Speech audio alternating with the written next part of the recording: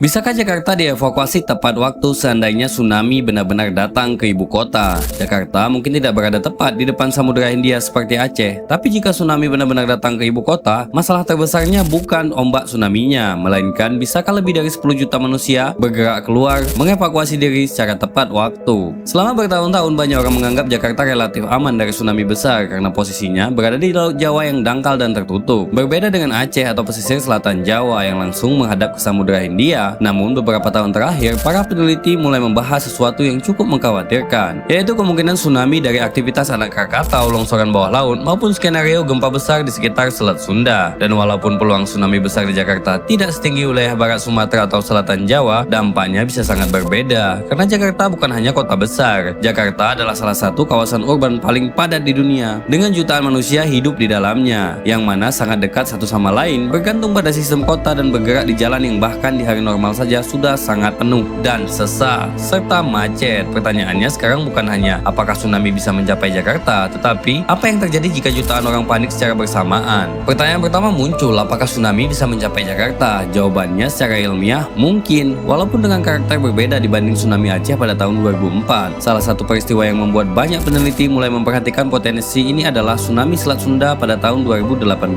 Saat itu runtuhan tubuh anak Krakatau memicu tsunami yang menghantam wilayah Banten dan Lampung. Yang membuat peristiwa itu mengerikan adalah tidak ada gempa besar sebagai pemicu utama tsunami. Artinya tsunami bisa muncul dari mekanisme lain selain gempa besar ataupun gempa megatrust. Data dari BMKG dan berbagai publikasi geosains menunjukkan gelombang tsunami di Indonesia dapat dipicu oleh beberapa hal, seperti gempa bawah laut, longsoran bawah laut, hingga aktivitas vulkanik. Walaupun energi tsunami utama biasanya mengarah ke Samudra Hindia, beberapa penelitian menunjukkan wilayah Laut Jawa tetap bisa menerima dampak gelombang tertentu tergantung sumber dan bentuk topografi lautnya. Masalah terbesar Jakarta bukan hanya ombak tsunami jika tsunami datang, karena ancaman sebenarnya mungkin dimulai setelah peringatan tsunami dikeluarkan. Bayangkan skenario jika tsunami benar-benar datang ke Jakarta. Contohnya seperti jam yang menunjukkan pukul 2:17 menit. Tiba-tiba notifikasi darurat berbunyi, sirene aktif, siaran televisi terputus dan media sosial penuh kepanikan. Dan dalam waktu bersamaan, jutaan orang melakukan hal yang sama, mencoba keluar, mencoba selamat dan mencoba pulang. Di titik inilah Jakarta mulai berubah. Karena Jakarta sudah padat bahkan saat normal sekalipun. Jakarta dalam kondisi normal saja sudah mengalami tekanan luar biasa. Menurut data BPS, populasi DKI Jakarta berada di atas 10 juta jiwa. Jika dihitung kawasan Jabodetabek, jumlahnya bisa mencapai lebih dari 30 juta orang. Dan semuanya bergerak hampir bersamaan setiap hari. Kita berbicara tentang kota dengan kemacetan kronisnya, permukiman padatnya dan stasiun penuh, ribuan gedung tinggi dan jutaan kendaraan aktif setiap hari. Dalam kondisi normal saja, ambulans sering terhambat macet, banjir kecil bisa melumpuhkan jalan, dan bottleneck terjadi hampir setiap jam sibuk. Sekarang bayangkan seluruh kota mencoba bergerak keluar secara bersamaan. Kepanikan massal pasti akan muncul. Dalam banyak bencana besar dunia, kematian tidak selalu terjadi karena bencana utama seperti gempanya ataupun tsunaminya, tetapi karena keterlambatan, kepanikan, dan kegagalan evakuasi. Dan Jakarta memiliki hampir semua faktor risiko ini. Saat panik, orang menerobos jalur, lampu merah diabaikan, kendaraan ditinggalkan, SPBU diserbu, dan transportasi menjadi overload. Jalan raya bukan lagi jalur evakuasi, tetapi berubah menjadi perangkap besar. Faktor yang paling mempengaruhi kenapa ketika tsunami hadir ke Jakarta sangat mengerikan itu adalah sebagian besar warga Jakarta belum pernah mengalami atau punya pengalaman tsunami besar secara langsung. Berbeda dengan masyarakat Aceh pasca 2004 yang memiliki memori kolektif kuat tentang tsunami, jadi sudah tahu harus kemana dan harus berbuat apa. Warga Jakarta lebih terbiasa dengan bencana seperti banjir, banjirop, hujan ekstrim, dan kemacetan, bukan evakuasi tsunami. Penelitian kebencanaan menunjukkan pengalaman terhadap bencana sebelumnya sangat mempengaruhi respon masyarakat ketika situasi darurat terjadi, dan itu sangat berbahaya karena ancaman yang terasa tidak familiar seringkali membuat respon masyarakat menjadi lambat. Tunggu menunggu dan melihat orang lain itu hal yang sangat berbahaya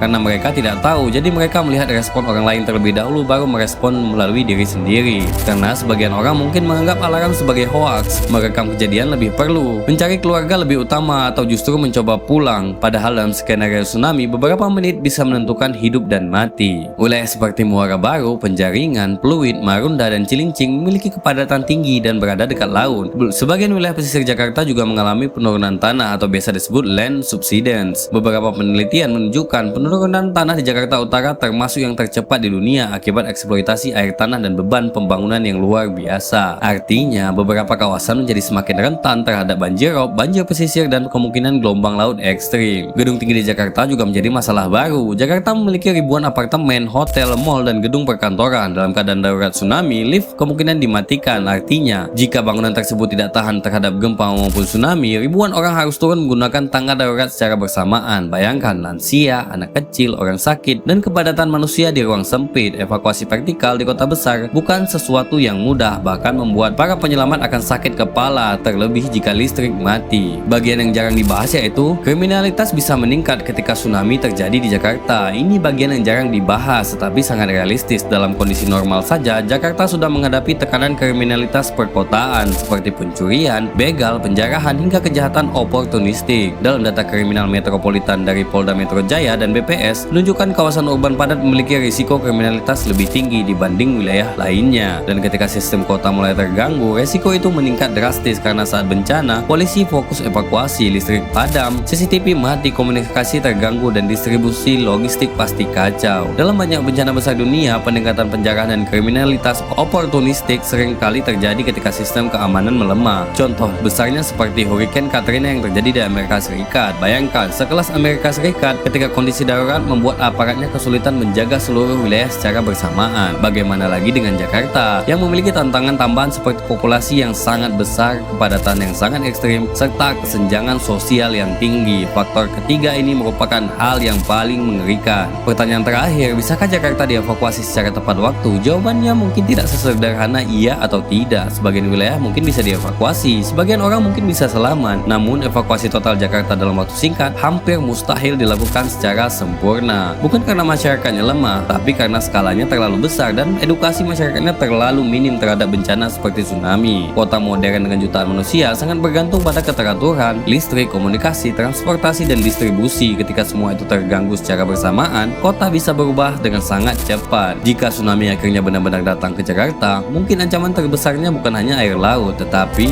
kepadatan manusianya, kepanikan massalnya, kemacetannya, runtuhnya sistem kota, dan masyarakat yang belum pernah benar-benar menghadapi bencana sekelas tsunami. Karena pada akhirnya pertanyaan sebenarnya bukan seberapa besar tsunami yang datang atau apakah tsunami akan datang ke Jakarta pada akhirnya, tetapi bisakah kota sebesar Jakarta bergerak lebih cepat daripada kepanikannya. Saya 14, terima kasih.